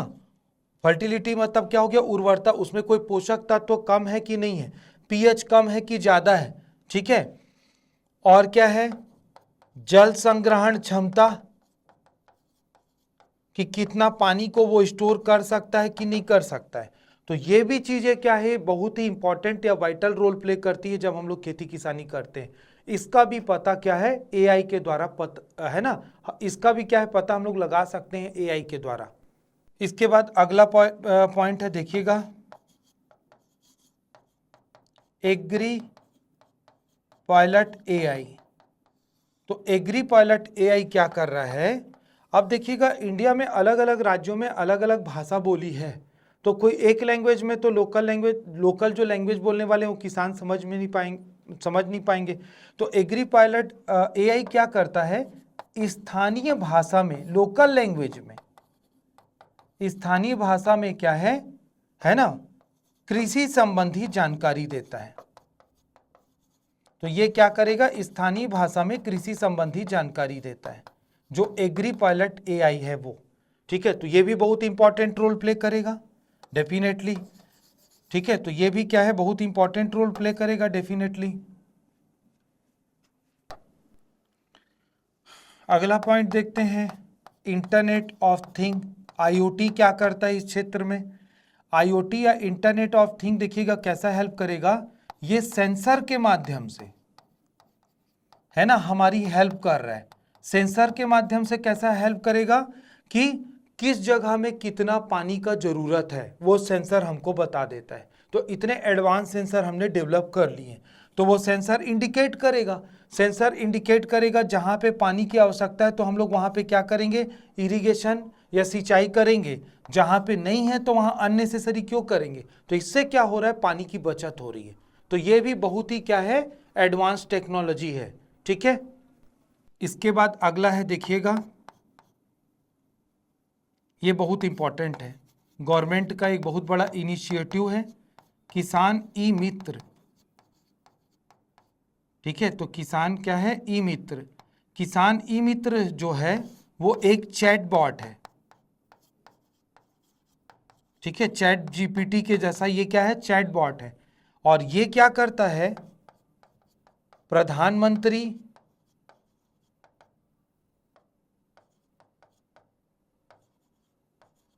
किसान सम्मान निधि एक स्कीम चल रही है। ठीक है, ये स्कीम चल रही है। जैसे हमारे यहाँ भी क्या है, गवर्नमेंट स्कीम चलाती है जिसमें क्या है, एमएसपी न्यूनतम समर्थन मूल्य में सरकार खरीदी करती है धान का। वैसे ही क्या है, किसान ई मित्र क्या है, एक चैटबॉट का एप्लीकेशन है जिसमें प्रधानमंत्री किसान सम्मान निधि के क्या योजना की विस्तृत जानकारी दी गई। तो एक एग्जाम्पल है, ऐसा बहुत सारा इनिशिएटिव क्या है गवर्नमेंट कर रही है। ठीक है, क्लियर है। तो इतने पॉइंट को क्या है हम मेंशन कर सकते हैं एग्रीकल्चर वाले क्या है सेक्शन में। दूसरा क्या पूछा जा रहा है इसमें, इन्वायरमेंट मैनेजमेंट, मतलब पर्यावरण क्या है, प्रबंधन। तो पर्यावरण प्रबंधन के लिए क्या किया जा सकता है एआई के थ्रू, उसको देखते हैं। ठीक है, पर्यावरण क्या है प्रबंधन के लिए एआई के थ्रू क्या किया जा सकता है उसको देखते हैं, है ना। ठीक है, तो अगर हम लोग क्या है इन्वायरमेंट के सेक्शन में के सेक्टर में देखें तो क्या किया जा सकता है, देखते हैं। ठीक है, एआई के थ्रू पहला है जल संरक्षण, है ना, वाटर कंजर्वेशन जो आज के डेट में बहुत जरूरी हो गया, तथा चक्रीकरण, मतलब हम लोग क्या करें कि यूज किए हुए पानी को कैसे क्या है रीयूज कर पाए। ठीक है, तो ये संभव है, इजराइल के पास ऐसी टेक्निक है, तो वो क्या एआई के थ्रू पॉसिबल है। दूसरा चीज क्या करें हम लोग, जैव विविधता का संरक्षण, कंजर्वेशन ऑफ बायोडाइवर्सिटी, जैव विविधता का संरक्षण। ठीक है, तो जैव विविधता का संरक्षण कैसे हो जाएगा बायोडाइवर्सिटी का, देखिएगा क्या है। अभी जैसे कि क्या है जो टाइगर या बाघ है उसको हम लोग को बचाना जरूरी हो गया क्योंकि वो क्रिटिकली इंडेंजर्ड स्पीसीज है, अधिक संकटापन्न प्रजाति। उसके लिए क्या है, ये जरूरी है कि किस अभ्यारण्य और राष्ट्रीय उद्यान मतलब नेशनल पार्क और सेंचुरीज में कितने बाघ हैं। ठीक है, उसको ट्रेस करना है, उसको ना जानना है उसकी संख्या कितना है, पॉपुलेशन। तो मैनुअल तो कोई नहीं गिन सकता उसको। तो अब हमारे पास क्या है, एडवांस ड्रोन आ गए हैं, तो ड्रोन के माध्यम से और हम लोग कैमरे के माध्यम से उसको क्या कर सकते हैं, पॉपुलेशन को पता लगा सकते हैं। तो इसमें ड्रोन हेल्प कर देगा। ठीक है, इसमें एडवांस क्या है कैमरा, जैसे जंगल वगैरह में नाइट विजन कैमरा हेल्प कर देगा। ठीक है, क्लियर है। अब इससे क्या पता लगेगा कि किस एरिया में बाघ कम हो रहे हैं। अब किस एरिया में बाघ कम हो रहे हैं तब वो हम लोग कारण ढूंढेंगे, क्या अवैध शिकार हो रहा है, क्या उसको खाना नहीं मिल रहा है, या फिर कोई बीमारी तो नहीं फैल गई है। तो ये सब क्या है चीजें संभव है किसके द्वारा, एआई के उपयोग के द्वारा। इसके बाद क्या है देखिएगा, जैसे फसलों पर क्या है मौसम का प्रभाव पड़ता है तो पेड़ पौधों और जानवरों पर भी पड़ता है। तो क्या है इसमें क्या कहना चाहिए, जलवायु मॉडलिंग, है ना, क्लाइमेट मॉडलिंग, ये भी एआई के थ्रू की जा रही है। ठीक है, जलवायु मॉडलिंग या क्लाइमेट मॉडलिंग। तो जलवायु या क्लाइमेट मॉडलिंग में क्या है, मौसम का पूर्वानुमान लगाना। ठीक है, मौसम का पूर्वानुमान लगाना, तो ये बहुत जरूरी हो गया है, ये हमारे रिसर्च में सहायता करता है। एआई के थ्रू यदि हम लोग क्लाइमेट मॉडलिंग करेंगे, जैसे मैं छत्तीसगढ़ का ही बता दूं, छत्तीसगढ़ में धान की फसल है ना, और कुछ जगहों पे जो गेहूं की फसल होती थी वो अब पहले जैसे नहीं हो रही 40-50 साल पहले, क्योंकि क्लाइमेट चेंज का ऊपर उसके ऊपर प्रोडक्शन के ऊपर बहुत गहरा प्रभाव पड़ रहा है। तो एआई के उपयोग से हम लोग क्या है उसको पता लगाते हैं कि कितना कम हुआ है प्रोडक्शन, और रिसर्च करके हम लोग क्या है उस प्रकार की प्रजातियों का विकास भी कर सकते हैं। तो ये भी क्या है एआई के द्वारा संभव है, और ये हमारा बहुत हेल्प करेगा फ्यूचर में। इसके बाद अगला क्या कर सकते हैं हम लोग, प्राकृतिक आपदा प्रबंधन, डिजास्टर मैनेजमेंट। तो प्राकृतिक आपदा प्रबंधन में क्या आ जाता है, जंगलों में आग लग जाती, फॉरेस्ट फायर, ठीक है, आंधी तूफान साइक्लोन वगैरह आ रहे हैं, तो इसके बारे में भी हम लोग क्या है एआई के थ्रू क्या पहले से पता करके मिटिगेशन, मिटिगेशन मतलब क्या होता है, बचाव, ये संभव है। और इसके बाद इन्वायरमेंट वाले में एक और मेंशन कर सकते हैं हम लोग पॉइंट को, जो क्या होता है non conventional source of energy है, गैर परंपरागत, जिसको अक्षय ऊर्जा बोलते हैं। अक्षय ऊर्जा में क्या आ जाएगा, जैसे फॉर एग्जांपल सौर ऊर्जा। तो सौर ऊर्जा का अधिकाधिक उपयोग कैसे किया जाए, कहाँ किया जाए, ये भी सब क्या है एआई के थ्रू हम लोग पता लगा सकते हैं। ठीक है, तो ये दो पार्ट में डिवाइड करके ऐसे हमको ये पॉइंट, ये सब सारे पॉइंट को क्या मेंशन करना है। अगला क्वेश्चन देखते हैं। अगला क्वेश्चन है भारत सरकार द्वारा लुप्त प्राय, इंडेंजर्ड तथा क्या है स्थानिक प्रजातियां, एंडेमिक स्पीसीज, है ना, स्थानिक प्रजातियां मतलब एंडेमिक स्पीसीज के लिए अपनाई गई नीतियों को उदाहरण सहित विस्तार से समझाइए। 8 मार्क्स का है। तो क्या बोला जा रहा है, इंडेंजर्ड स्पीसीज, और क्या बोला जा रहा है, एंडेमिक स्पीसीज। तो अब ये देखते हैं क्या है, अपनाई गई नीतियों को बोला गया है, तो क्या उपाय कर रही गवर्नमेंट उसके लिए वो देखते हैं। अब देखिएगा इंडेंजर्ड क्या होता है, पहले इसको तो समझे, एंडेमिक को तो मैंने थोड़ी देर पहले आपको बताया है। तो क्या हो जाएगा, इंडेंजर्ड स्पीसीज क्या होती हैं, ठीक है। तो इंडेंजर्ड स्पीसीज वो होती हैं जिनके ऊपर में क्या है भविष्य में खतरा मंडरा रहा है, ठीक है, भविष्य में क्या है जिनके ऊपर खतरा है और उनको बचाना जरूरी है, ठीक है, और उनको बचाना जरूरी है, ठीक है, क्लियर। और स्थानिक प्रजातियां क्या होती हैं, प्लस इसमें इसको भी पूछा गया है एंडेमिक स्पीसीज, ठीक है। इसको क्या है बचाने के लिए क्या किया जाए, तो अब देखिएगा एक एक करके समझते हैं, है ना, दोनों एक नहीं है, दोनों में डिफरेंस है, ध्यान रखिएगा, एक साथ नहीं लिख सकते इसको, है ना।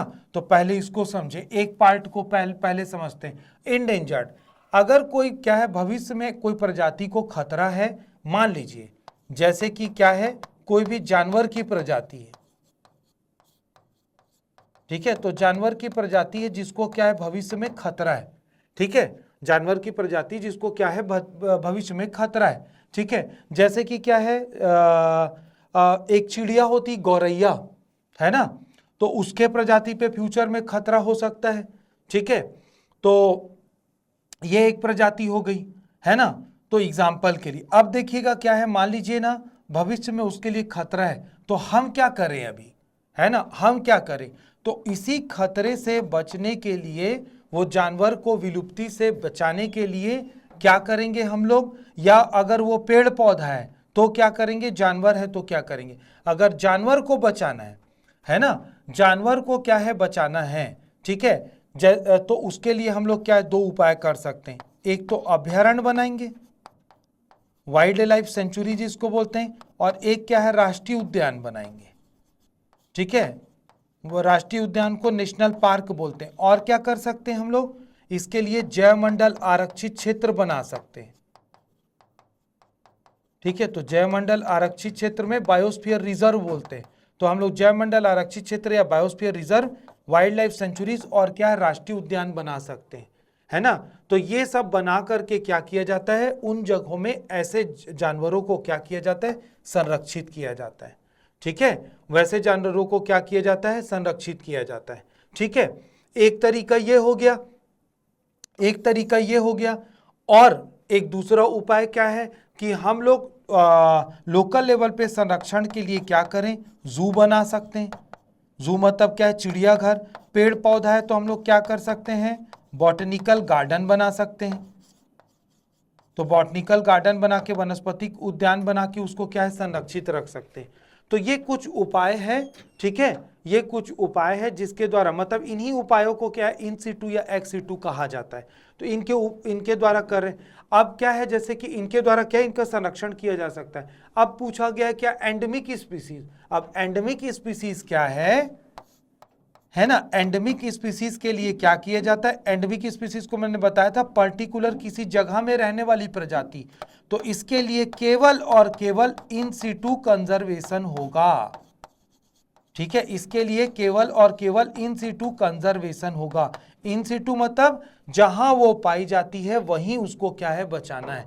मान लीजिए अगर वो जानवर है तो उसके लिए हम लोग नेशनल पार्क बनाएंगे और उसके लिए क्या है सेंचुरी बना सकते हैं और बायोस्फीयर रिजर्व बना सकते हैं, ठीक है, क्लियर।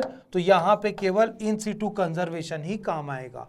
और लेकिन क्या है इंडेंजर्ड को हम लोग क्या है भविष्य में बताने के लिए ये सारे तरीके अपना सकते हैं। गवर्नमेंट ने और कुछ क्या है पॉलिसी बनाई है। तो ये जितनी भी चीजें मैंने आपको बताई वो एक क्या है 1972 है ना, 1972 का वन्य जीव संरक्षण अधिनियम वाइल्ड लाइफ प्रोटेक्शन एक्ट, इसके तहत क्या है ये सारी चीजें है ना उपाय अपनाए जाते। तो वन्य जीव संरक्षण अधिनियम ये लाया गया था, ठीक है। 2002 में क्या लाया गया था, जैव विविधता संरक्षण अधिनियम लाया गया था, बायोडाइवर्सिटी कंजर्वेशन एक्ट, ठीक है। और इसके अलावा 1973 में क्या आया था, प्रोजेक्ट टाइगर लॉन्च किया गया था और प्रोजेक्ट टाइगर के तहत ही टाइगर रिजर्व की घोषणा हुई है। प्रोजेक्ट टाइगर रिजर्व, तो टाइगर रिजर्व जैसे हमारे यहाँ अचानक मार में है, उदंती सीता नदी में, ठीक है, क्लियर है। तो ये सारी चीजें क्या है इसमें हमको मेंशन करना है, ठीक है। तो इसमें दो पार्ट था, एक इंडेंजर्ड है और एक एंडेमिक है। नेक्स्ट क्वेश्चन देखते हैं। प्रकृति और प्राकृतिक संसाधन संरक्षण के लिए अंतर्राष्ट्रीय संघ के द्वारा प्रस्तावित संरक्षण श्रेणियों, मतलब ये क्या है, हिंदी में थोड़ा पढ़ने में थोड़ा लेंदी हो रहा है, ये IUCN की रेड लिस्ट को पूछा जा रहा है इसमें, ठीक है। और आप लोग ध्यान रखेंगे खासकर हिंदी मीडियम वाले हैं, अगर ना हिंदी का जो वर्ड है बहुत ज़्यादा आपको क्लिष्ट लगे तो इंग्लिश का ना क्वेश्चन को पढ़ लेना एक बार, क्योंकि ये फिर उसमें हिंदी में क्लियर भी नहीं हो पाएगा, हो नहीं रहा, मत ज़्यादा ही कॉम्प्लिकेटेड लिख दिया है। IUCN की रेड लिस्ट में क्या है एक बार में समझ में आ जाएगा। तो इसके ना रेड लिस्ट के बारे में आपको बताना है, 8 नंबर का है ये, ठीक है। तो इसमें देखते हैं, ध्यान से देखिएगा, है ना। अब IUCN क्या है, IUCN का पूरा नाम है इंटरनेशनल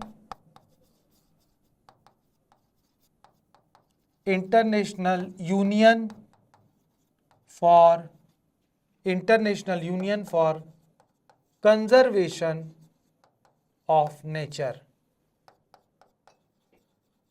ठीक है। ये इसका जो हेडक्वार्टर है वो जिनेवा स्विट्जरलैंड में है।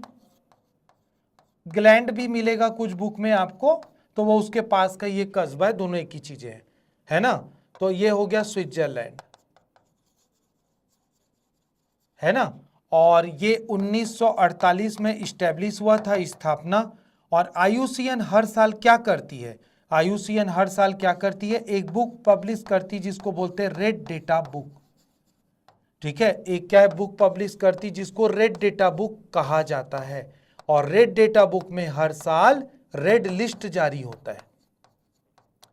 IUCN क्या है, पूरे ग्लोबल लेवल पर कमिटेड एक ऑर्गेनाइजेशन है, किसके लिए, जो जीव जंतुओं की क्या है सुरक्षा के लिए चिंतित है। और उसके लिए विश्व के अलग अलग देशों से वो क्या करता है, लिस्ट को मंगाता है अपने पास, ठीक है। तो उसकी कौन कौन सी कैटेगरी होती है उसको हमको यहाँ पे मेंशन करना है, ठीक है, उसको हमको मेंशन करना, यही पूछा गया था। तो क्या हो इसमें कौन कौन सा कैटेगरी होता है देखिएगा। पहला इसमें कैटेगरी है एक जो है एक्सटिंक्ट इन वाइल्ड, ठीक है, एक्सटिंक्ट इन वाइल्ड। एक्सटिंक्ट इन वाइल्ड का मतलब होता है प्राकृतिक आवास में विलुप्त। प्राकृतिक आवास का मतलब होता है नेचुरल हैबिटेट। प्राकृतिक आवास का मतलब होता है नेचुरल हैबिटेट। तो ऐसी प्रजातियां जिनका नेचुरल हैबिटेट ही नष्ट हो चुका है, उसमें बहुत बड़ा कारण क्या है, मानव जनित क्रियाकलाप है। तो वो क्या है, कहाँ रह पाएंगी, वो कहाँ रह पाएंगी, तो प्रजातियां विलुप्त हो जाती हैं। दूसरा है इसमें क्या है, विलुप्त प्रजाति। विलुप्त को एक्सटिंक्ट बोलते हैं। एक्सटिंक्ट प्रजातियां जो विगत क्या है 70 वर्षों से देखी ही नहीं गई हैं, ठीक है, उसको विलुप्त मान लिया जाता है। जैसे इसको एक्सटिंक्ट बोलते हैं इंग्लिश में। जैसे इसका एग्जांपल है डोडो बर्ड मॉरिशस से, ठीक है। और भारत से चीता, पैंथर भी बोलते हैं इसको। तो भारत से जो चीता है ये भी विलुप्त हो चुका था। इसको 2023 में क्या Kuno national park Sheopur MP में रखा गया नामीबिया से ला करके, तो वहां संरक्षित किया है। अंतिम भारत के जो चीते थे 1948 में रामानुजो सिंहदेव थे, छत्तीसगढ़ के ही हैं, रॉयल फैमिली के, उन्होंने शिकार किया था, ठीक है। उसके बाद ये भारत से विलुप्त हो गया था। मैं भारत से बोल रहा हूँ, विलुप्त है ना, दुनिया से नहीं हुआ था, ठीक है। तो अब नामीबिया से ला करके क्या संरक्षित किया जा रहा है, अब धीरे धीरे पॉपुलेशन उसका बढ़ रहा है। तो ये एक कैटेगरी हो गई। तीसरा होता है कैटेगरी होता है जिसको क्रिटिकली इंडेंजर्ड या अधिक संकटापन्न प्रजाति बोला जाता है। तो अधिक संकटापन्न प्रजाति जिनके ऊपर क्या है बहुत ज्यादा खतरा है और जिनको क्या है अभी तुरंत रेस्क्यू करना या बचाना जरूरी है, वो अधिक संकटापन्न प्रजाति है। अधिक संकटापन्न प्रजाति का भारत में उदाहरण है गिद्ध हो गया, है ना, और क्या हो गया टाइगर, मतलब क्या हो गया बाघ हो गया, ठीक है। और क्या हो जाएगा ग्रेट इंडियन बस्टर्ड एक पक्षी है,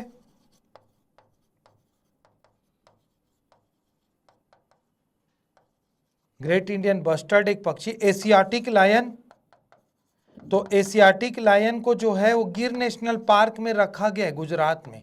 वन हॉर्न राइनो, एक सिंग वाला गैंडा,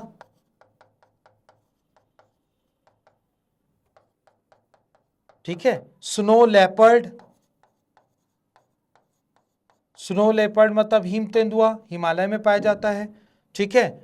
और ऐसा क्या है ढेर सारी प्रजाति क्या है जो इसमें आती है अधिक संकटापन्न में, ठीक है। तो इसके लिए तुरंत रेस्क्यू करना बहुत जरूरी है ना। इसके बाद क्या आ जाएगा, अगला कैटेगरी है वो है वल्नेरेबल। वल्नेरेबल को बोलते हैं सुभेद्य जिनके ऊपर बहुत ज्यादा खतरा नहीं है, ठीक है, फ्यूचर में हो सकता है। इसके बाद आती है कम चिंताशील। कम चिंताशील को बोलते हैं लिस्ट कंसर्न। लिस्ट कंसर्न का मतलब अभी चिंता नहीं है, फ्यूचर का देखा जाएगा जब होगा तब, तो फिलहाल कोई प्रॉब्लम नहीं है ना। तो एट प्रेजेंट जिनके ऊपर कोई रिस्क नहीं है, चिंता नहीं, वो कम चिंताशील या लिस्ट कंसर्न, ठीक है, वो क्या हो जाएंगी लिस्ट कंसर्न हो जाएंगी, ठीक है। वो कम चिंताशील या क्या हो गई लिस्ट कंसर्न हो गई। इसके बाद क्या होता है एक और है ना संकट के करीब। संकट के करीब मतलब क्या हो जाएगा nearly threatened.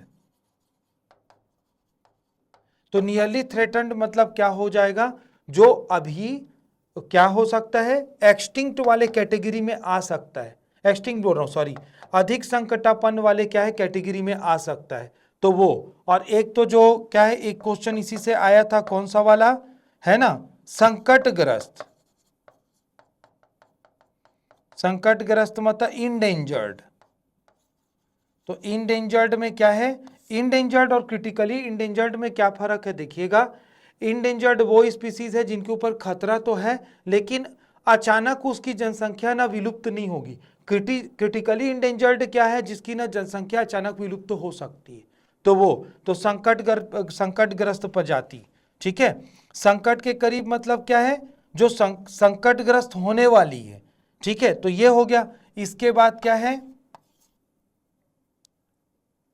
Data deficient. Data deficient का मतलब होता है जिसके बारे में हमको जानकारी ही नहीं है, तो जानकारी का अभाव है, तो वो डेटा डिफिशिएंट।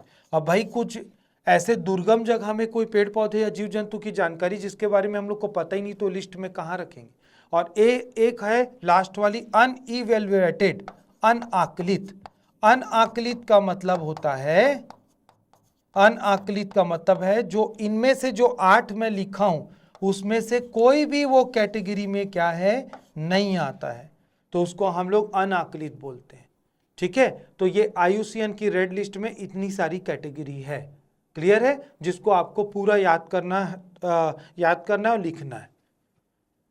ठीक है, क्लियर है। तो इसको पूरा आपको हम लोगों को क्या है लिखना था इसमें, ठीक है, विथ एग्जाम्पल। तो जिसका जिसका एग्जाम्पल है वो आप मेंशन कीजिएगा, ठीक है। आगे बढ़ते हैं नेक्स्ट क्वेश्चन। अगला जो क्वेश्चन है वो है एग्रीकल्चर का, पीड़क या पेस्ट को परिभाषित कीजिए और उसके नियंत्रण की भौतिक विधियों, फिजिकल मेथड ऑफ कंट्रोल को क्या करना है, लिखना है। फुल लेंथ का क्वेश्चन है ये। तो ये क्वेश्चन देखते हैं, इसमें पेस्ट को क्या है या पीड़क को परिभाषित कीजिए, ठीक है, और उसको कंट्रोल कैसे करते हैं वो देखते हैं। तो सबसे पहले देखते हैं कि ना पीड़क या पेस्ट होता क्या है। तो ये जो पेस्ट है वो क्या है, ये सबसे इंपॉर्टेंट चीज क्या है, ये ना लिविंग ऑर्गेनिज्म या सजीव प्राणी है, ठीक है। और ये क्या करेगा, ये क्या करता है, कृषि उत्पादों या कृषि उत्पाद मतलब कृषि वाले जो पौधे हैं, है ना, कृषि पौधों को क्या करेगा, प्रभावित करता है। तो एग्रीकल्चर जो प्लांट रहते जैसे चावल गेहूं, उसको क्या करेगा, प्रभावित करेगा ये, ठीक है। क्या करेगा, ये ना बीमारी भी फैलाता है पौधों में, तो ये डिसीज भी स्प्रेड करता है। और क्या करेगा, प्रोडक्टिविटी मतलब क्या है, उत्पादकता को भी क्या करेगा, प्रभावित करता है। तो उत्पादकता कम हो जाएगी, ठीक है, क्लियर है। और जो क्रॉप है उसकी क्वालिटी मतलब क्या हो जाएगा, उसकी गुणवत्ता। जैसे धान का बीज है तो वो क्या है, धान के बीज की संख्या को कम कर देगा, या फिर क्या है गेहूं है तो उसको क्या है, वो फिर गेहूं के बीज वो प्रॉपर आकार में नहीं रहेंगे। तो इन सब तरीकों से वो प्रभावित करता है। चूंकि ये सजीव प्राणी है तो इसका एग्जाम्पल क्या क्या होगा ठीक है। तो पेस्ट क्या क्या हो सकता है, पेस्ट हो सकता है कोई जीवाणु मतलब बैक्टीरिया, या फिर क्या हो सकता है ये वायरस या विषाणु, या क्या हो सकता है ये फंगी या कवक। तो इतने प्रकार का हो सकता है। जैसे कि वायरस के कारण देखिएगा साइट्रस कैंकर रोग होता है, नींबू में कर्क रोग, है ना, और नींबू खुरदुरा हो जाता है, उसका जो फल रहता है, और कैसेला स्वाद का हो जाता है, ठीक है। तो इस प्रकार से बीमारियां धान में, गेहूं में, पपीते में, सब में फैलती हैं। तो ये पेस्ट के कारण क्या है, फैलती है। तो ये इसका एग्जाम्पल है। ये सभी का सभी क्या सूक्ष्म जीव के कैटेगरी में आता है। तो क्या हो सकता है, जो पेस्ट होता है वो कोई सूक्ष्म जीव हो सकता है। दूसरा, पेस्ट जो है वो कीट या इंसेक्ट भी हो सकता है। जैसे मैंने आपको माहू कीड़ा का एग्जाम्पल बताया था एक क्वेश्चन में, तो वो कीड़ा भी क्या है, फसल को प्रभावित करता है। टिड्डा देखा होगा आपने, जैसे घास को चर देता है, वैसे ही क्या है, कोई भी पेस्ट इंसेक्ट हो सकता है। कोई भी जो पेस्ट है वो क्या है, एनिमल भी हो सकता है, जंतु, जैसे कि क्या है, चूहा वगैरह बहुत रहता है, रोडेंट, ठीक है। कोई पक्षी भी हो सकता है। पक्षी भी क्या करते देखिएगा, फलदार पौधों के ना फल को खाते रहते हैं, तो उसकी क्वालिटी को क्या करेंगे, वो कम कर देंगे, ठीक है, उसकी क्वालिटी को वो क्या करेंगे, कम कर देंगे, ठीक है। तो ये सभी क्या हो गया, पेस्ट के एग्जाम्पल हो गए, ठीक है। ये हो गए क्या है, पेस्ट के एग्जाम्पल हो गए। अब हम लोग को देखना है क्या, पेस्ट कंट्रोल मेथड, ठीक है। तो इसको कंट्रोल कैसे किया जाए, नहीं तो ऐसे में तो पूरा फसल खराब हो जाएगा। तो कंट्रोल का पहला जो उपाय है, इंटीग्रेटेड पेस्ट मैनेजमेंट। इंटीग्रेटेड एकीकृत क्या है, पीड़क नियंत्रण। कैसे करेंगे, तो इसके ना जब हम लोग कारण को जानेंगे कि किस कारण से वो बीमारी हो रही है, तो उस हिसाब से क्या करेंगे, हम लोग उपाय को करेंगे, ठीक है, क्लियर है। जैसे कि मान लीजिए कोई वायरस या बैक्टीरिया के कारण होने वाला रोग है, तो क्या करना पड़ेगा, उस वायरस और बैक्टीरिया को खत्म करने वाली दवाई को उपयोग में लाना पड़ेगा, ठीक है। अगर वो इंसेक्ट वाला है तो इंसेक्ट को मारने वाला, जैसे माहू कीड़ा को मारने के लिए क्या है, इंसेक्टिसाइड आता है, तो उसका उपयोग करना पड़ेगा। ये हो गया। दूसरा चीज क्या है, ये बहुत बड़ी समस्या है, तो यहाँ पे फसल चक्रीकरण या क्रॉप रोटेशन भी बहुत काम आता है। जैसे क्रॉप रोटेशन कैसे काम आएगा समझिएगा।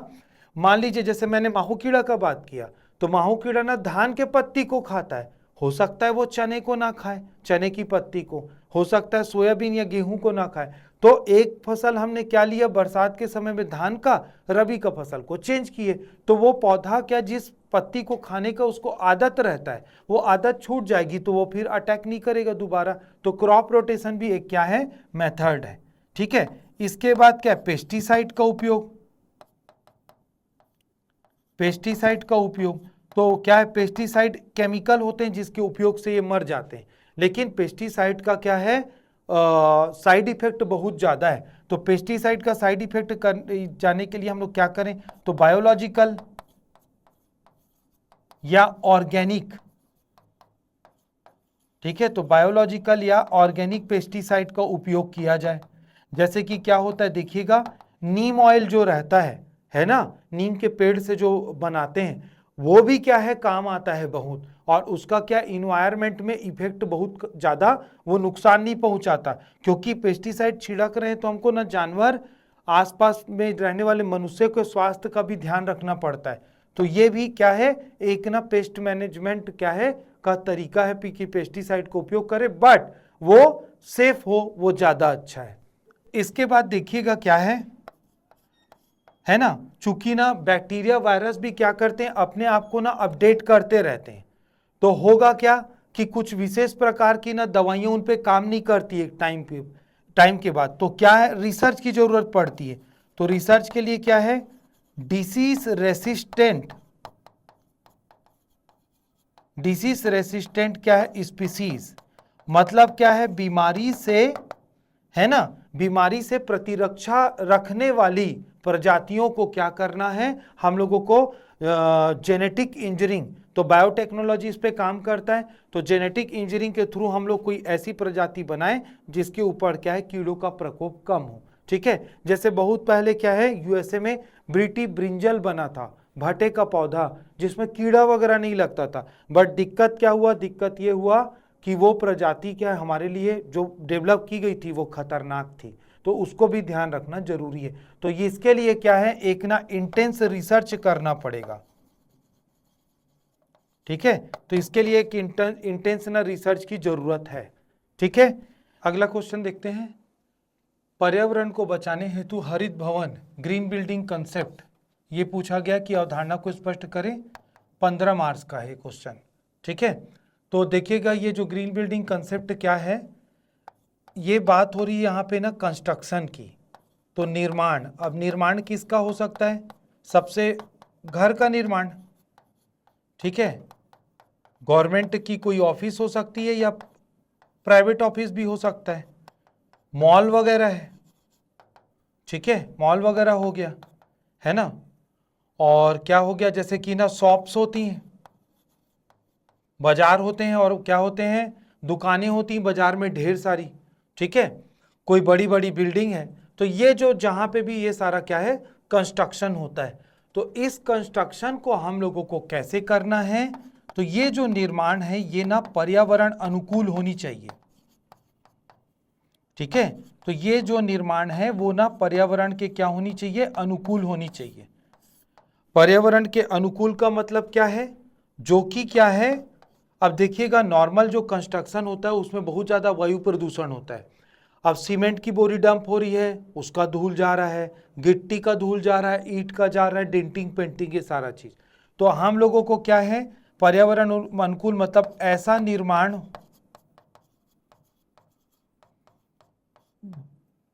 का तरीका जो पर्यावरण को क्या करे, पर्यावरण को सबसे कम नुकसान पहुंचाए। ठीक है, पर्यावरण को क्या है, सबसे कम नुकसान पहुंचाए, तो ये ऐसा निर्माण का तरीका होना चाहिए। ठीक है, अब ऐसे निर्माण के तरीके के लिए क्या क्या मेथड आप लोग अपना सकते हैं, तो इसके लिए क्या हो सकता है, देखिएगा हम लोग इसके लिए green energy, green and clean energy, तो ग्रीन एंड क्लीन एनर्जी का तात्पर्य है, ठीक है, तो ग्रीन एवं क्लीन एनर्जी का तात्पर्य क्या है कि ग्रीन और क्लीन एनर्जी मतलब जो पर्यावरण को नुकसान नहीं पहुंचाती है वो, तो इसके एग्जांपल से क्लियर हो जाएगा, जैसे सोलार एनर्जी, सौर ऊर्जा, तो सौर ऊर्जा का प्रयोग किया जाए। ठीक है, और क्या करें हम लोग, दूसरा क्या है, वेंटिलेशन रखें हम लोग, वेंटिलेशन मतलब क्या है, हवा का आवागमन, तो हवा का आवागमन हो, ठीक है। इसके अलावा सूर्य का प्रकाश आना चाहिए वहां पे, सनलाइट। अब इसको समझिएगा, मतलब जहां पे इलेक्ट्रिसिटी का उपयोग हो रहा होगा वहां पे हम लोग सोलार एनर्जी को यूज कर ले। सोलार एनर्जी से क्या होता है, ये क्या है, इससे प्रदूषण नहीं होता। हवा का आवागमन होगा यदि कहाँ पे, अगर बिल्डिंग में, जैसे कि हमने क्या किया, ऐसा डिजाइन किया कमरों को कि क्या है, यहाँ पे खिड़की यहाँ पे खिड़की, तो अक्रॉस द क्या है विंडो वो हवा जा रहे हैं, तो इससे एसी और हम लोगों को ना पंखे वगैरह की जरूरत कम पड़ जाएगी। सूर्य का प्रकाश, अब सूर्य का प्रकाश कैसे, जैसे दीवार को क्या किया जाए, दीवार पूरा ना बना के ग्लास का बना दिया जाए। अब पर्दा से ढक दिए तो लाइट सीधे अंदर आएगी, तो क्या है, लाइट की जरूरत कम पड़ेगी। तो हवा का आवागमन और सूर्य का प्रकाश, तो सूर्य प्रकाश की उपलब्धता, तो ये जब रहेगा तो इससे क्या, इलेक्ट्रिसिटी का कंजप्शन कम होगा। अब इलेक्ट्रिसिटी का कंजप्शन कम होगा तो हमारे इंडिया में जो परंपरागत बिजली बनती है वो ताप विद्युत गृह थर्मल पावर स्टेशन से बनता है, तो उसमें क्या कोयले को जलाना पड़ता है, तो उसके कारण बहुत क्या है वायु प्रदूषण हो रहा है, तो वो उसको क्या करना है, रोकने के लिए है। इसके अलावा देखिएगा क्या है, पर्यावरण के अनुकूल सामग्री, मतलब रॉ मटेरियल का उपयोग। अब रॉ मटेरियल का उपयोग कैसे हो जाएगा, फ्लाई ऐश, जो फ्लाई ऐश रहता है इंडस्ट्री से निकलने वाला, उसकी आजकल ईंटें बन जाती हैं, वो हल्का और सस्ता रहता है और वो यूज भी हो गया, नहीं तो प्रदूषण फैलाता। और इसके बाद क्या है, अपशिष्ट पदार्थों का पुनर्चक्रण।